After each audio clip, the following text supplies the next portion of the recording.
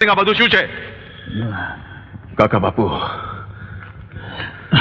આ છોકરીની હાલત જોઈને તમે જ અંદાજ લગાવી લો કે આ બધું શું છે. ભૈરવસિંહ, તમે આવું નીચ કામ કર્યું? તમે? ધિક્કાર છે ભૈરવસિંહ, ધિક્કાર છે. કાકા બાપુ,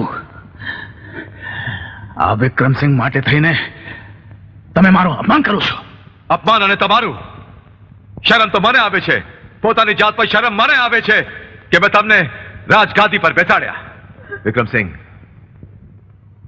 તમે જાઓ અહીંથી, જઈ શકો છો, જાઓ. પ્રણામ કાકા બાપુ. ચાલ હમીર.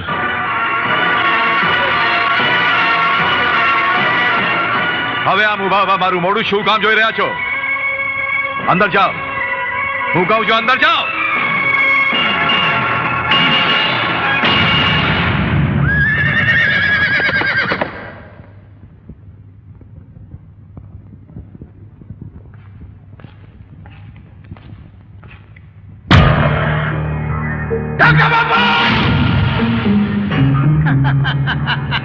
ગુમાન, આમ હસવાનું કારણ? નાદાની ભૈરવ, નાદાની. મને તો હસવું આવે છે. તું શું કહેવા માંગે છે? છબી પર ગુસ્સો કરવાથી કઈ નહીં વળે. તારા ધર્મના થાંભલા જેવા કાકા બાપુને હટાવવા હોય તો એના દોસ્ત વિક્રમસિંહને પણ હટાવવો જ પડશે. હું સમજ્યો નહીં. એમાં ના સમજાય એવું શું છે? વિચાર. જો આજે વિક્રમસિંહ તારા રાજ્યમાં ઘૂસીને તારું નાક કાપી ગયો, ગુમાન, એ વિક્રમસિંહના તો હું એવા હાલ કરીશ કે એની 7 પેઢી યાદ રાખશે. ના ના ના ભૈરવ, ના.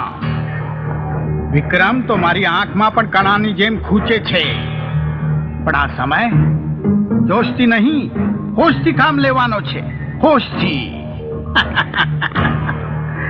ને તું ફિકર શા માટે કરે છે? હું છું ને તારી સાથે, હું છું. અને જેની સાથે હોય ગુમાન, એનું શું બગાડી લે ભગવાન?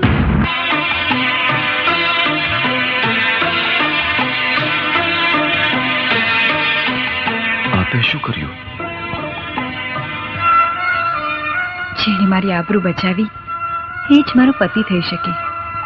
રહી વાત હકાતની, હું જિંદગીભર કુંવારી રહીશ, પણ કોઈ બીજા સાથે લગ્ન નહીં કરું.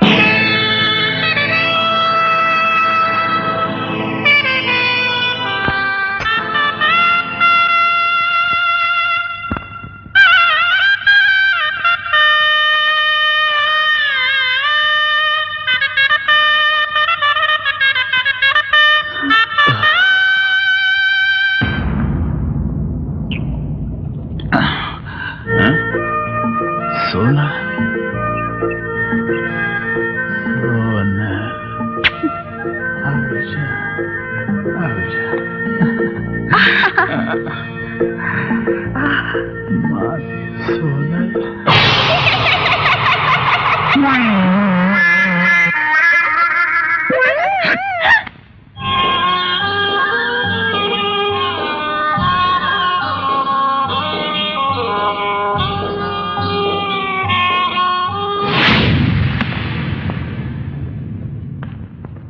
વિક્રમસિંહે સોનલ સાથે લગ્ન કરી લીધા.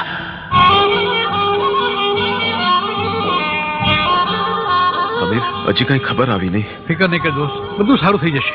મારી ઘરવાળી હમણાં સારા સમાચાર લઈને આવશે. હા હમીર, હા. બાપુ, વધામણા બાપુ, વધામણા. તમારે ત્યાં કુંવરનો જન્મ થયો છે. વાહ પ્રભુ. લે બહેન. બાપુ, દુશ્મનના ઘરમાં વારસદાર પેદા થઈ ગયો.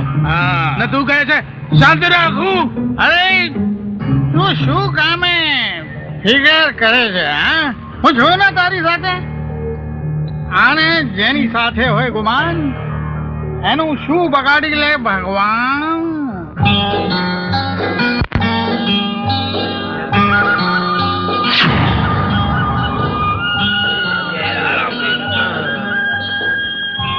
વિક્રમસિંહ બાપુ, બાપુને ઘણી ખબર. બોલો, શું કામ છે? અમે જાતક કરવા નીકળ્યા છે. અને તમારી મહેમાનગતિના ખૂબ જ વખાણ સાંભળ્યા છે. આવો પધારો. માં, એ માં, શું વાત છે બેટા? જાત્રાળુ આવ્યા છે માં, આપણા મહેમાન છે. હમીરજી જી. એમના સ્વાગતની તૈયારી કરો. હા, પધારો. આવો બહેનો, અંદર પધારો. ચાલો. પધારો પધારો ભાઈઓ.